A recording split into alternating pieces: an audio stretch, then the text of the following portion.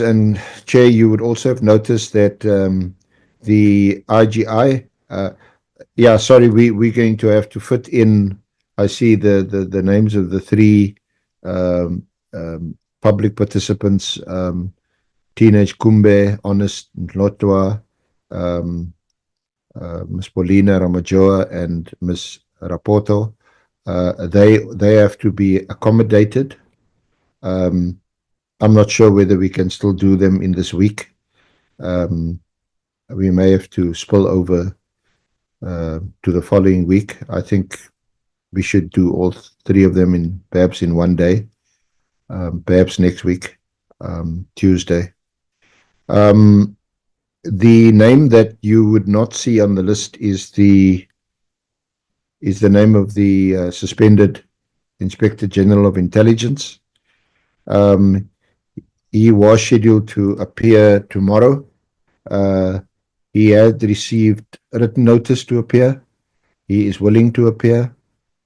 I've engaged on several occasions with his counsel in their preparation to draft an affidavit for us to consider.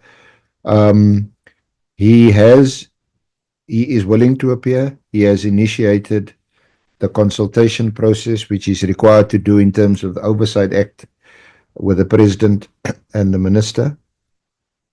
But those consultations have not been concluded. And in the circumstances, he is precluded from appearing. And we have therefore removed him from the list of witnesses. I'm not sure if Mr. Titiana has anything to add.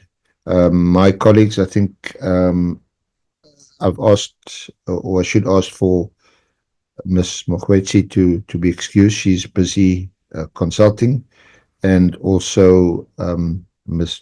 Mkiwe would also want to be excused after we present this schedule. Thank you, Chair.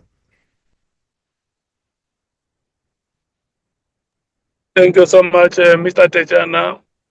Do you want to make any additions? No, I've got nothing to add. Thanks very much.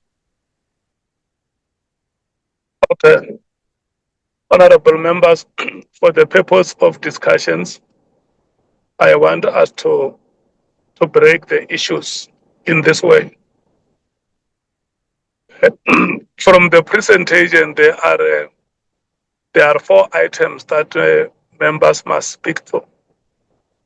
Item number 1 is that there is a schedule which is being proposed from tomorrow, which includes Mr. Honorable Adams and General Sintumule. And then on Wednesday, it includes General Vuma and Mr. Chetin. And then on Thursday, it includes General Masemola and General Mkhwanazi. And because there is going to be a sitting which will run until 5, then it means General Mkhwanazi can only appear on Friday. That is what members must amend or approve. Number 2, there is a suggestion that the other witnesses that have not been scheduled this week can appear next week, Tuesday, all of them on one day. Members may also help prove that. Number 3, there is a report of the IGI, which has been presented here, and then we want to hear what members are saying regarding that report, and maybe even before members discuss it, I want you to clarify it, the evidence leaders and Mr. Tejana, whether the IGI has shown you a letter that he is seeking approval from the president, because when a witness must appear before us, a witness who is a subject of intelligence or SSA regulations, the witness must get approval from the authorities, and it is the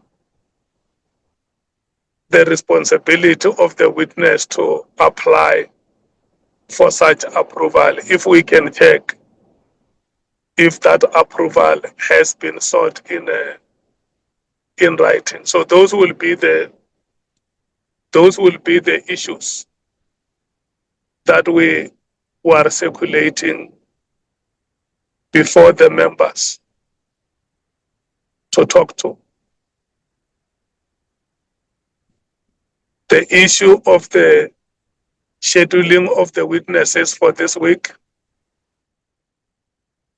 approval to have those other outstanding witnesses done next week, Tuesday, and the issue of the IGI, which has been presented here. Are we ready to start? Can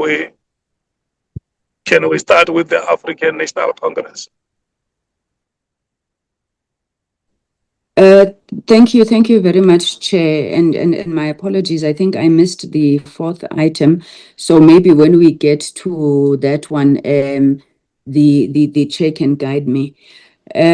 Chair, on the schedule proposed, I don't think we have a problem with the recommendation as proposed. We don't have a problem with the recommendations.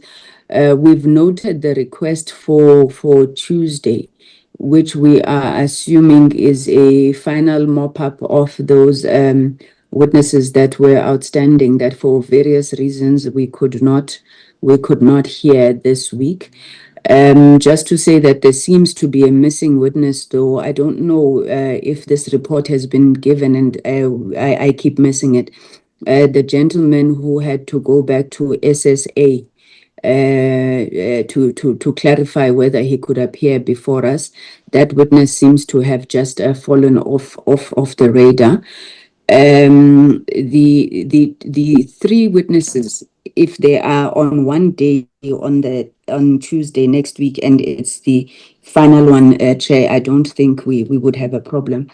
Chair, on the issue of the IGI, I don't think I'm quite getting the reasons. Is the Chair saying that the President and the Minister who were consulted have been refused? Because I seem to remember there may have been some discussions also with the Speaker and the Chair around this matter. So we were unable to take a position because we're not understanding exactly where the challenge seems to be, Chair. And we want to reiterate our position that it would be very important for the IGI to appear before the committee.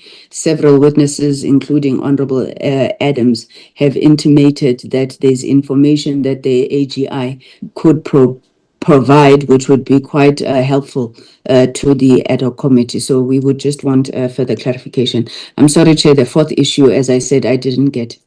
Yeah, the fourth issue is the proposed approach on the presentation of evidence of General Masemola and General Mkhwanazi. Yeah, she's there.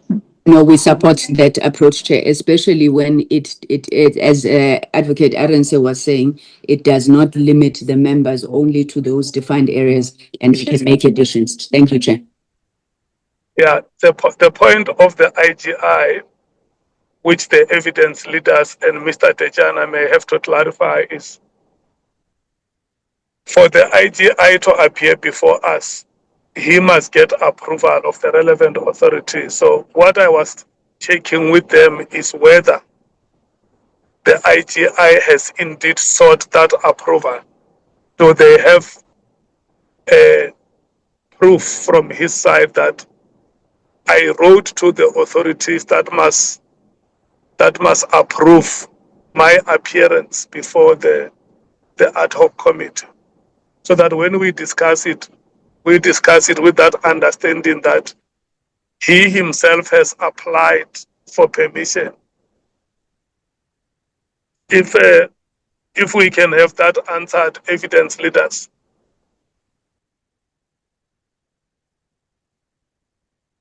Chair, may I speak? Yes, Advocate, you can. Thank you, Chair. Yes, I've just received, and it has been sent to Vonani. This is a letter from the IGI dated the 9th of March, I think today's date, addressed to you, Honorable Chair. I refer to the notice dated 24 February 2026, directing me to appear before the ad hoc committee on 10 March 2026. As you are aware, Section 78B of the Intelligence Services Oversight Act 40 of 1994 requires me to consult with the President and the Minister responsible for the service in question before I can disclose classified information. After receiving your notice, I initiated the consultation process with the President